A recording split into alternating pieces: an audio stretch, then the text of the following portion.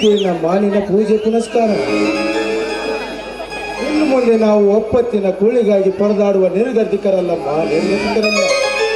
ಅದೇನಲ್ಲ ನಿನ್ನ ಮಾತಿನಂತ ನನಗೊಂದು ಅರ್ಥವಾಗ್ತಾ ಇಲ್ವಲ್ಲ. ಅರ್ಥವಾಗುವುದು ಬೇಡ ತಾಯಿ. ಒಟ್ಟಿನಲ್ಲಿ ಬದುಕಿ ಒಂದು ದಾರಿ ದೇವರೇ ತೋರಿರುವಾಗ ಇನ್ಯಾಕು ಆ ಕಷ್ಟದ ಮಾತುಗಳು? ಮರ್ತೇ ಬಿಟ್ಟಿದ್ದೆ.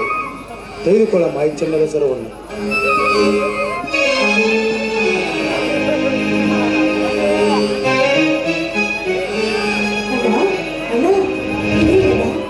ನನಗೆ ನಂಬೋಕೆ ಆಗ್ತಾ ಇಲ್ವಲ್ಲ. ಇಷ್ಟೊಂದು ಸಂಪಾದನೆ ಮಾಡ್ಕೊಂಡು ಬಂದಿದೀ ಅಂತ ನಾನು ನಂಬೋಕೆ ಆಗ್ತಾ ಇಲ್ವಲ್ಲ. ಹೌದಮ್ಮ, ನಾನೇ ಸಂಪಾದನೆ ಮಾಡಿ ತಂದಿರುವುದು.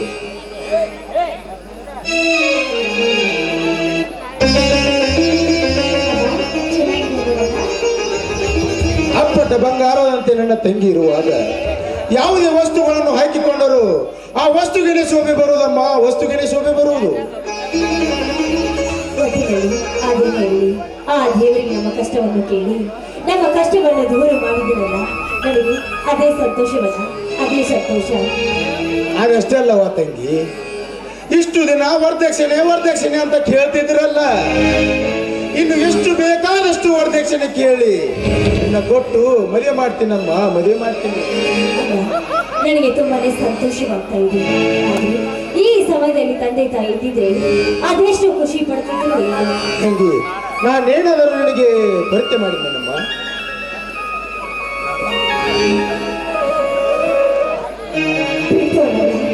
ಇನ್ನೊಂದು ಸಾರಿ ಆ ರೀತಿ ಅನಾಥನೆಂಬ ಮಾತನ್ನು ಮಾತ್ರ ಮಾತನಾಡಬೇಡ. ಇರ್ಲಿ ಬಿಡಮ್ಮ, ಸುಮ್ಮನೆ ತಮಾಷೆ ಮಾಡಿದೆ. ಇದೇ ಸಂತೋಷದಲ್ಲಿ ಒಂದು ಹಾಡೋಣ. ಸ್ವರ್ಗದಲ್ಲಿರುವ ನಮ್ಮ ತಂದೆ ತಾಯಿ ಖುಷಿ ಪಡುವಂತೆ. ಒಂದು ಅನ್ನ ಹೇಳಿದ್ರೆ ಕೇಳದೆ ಇರ್ತೀನ.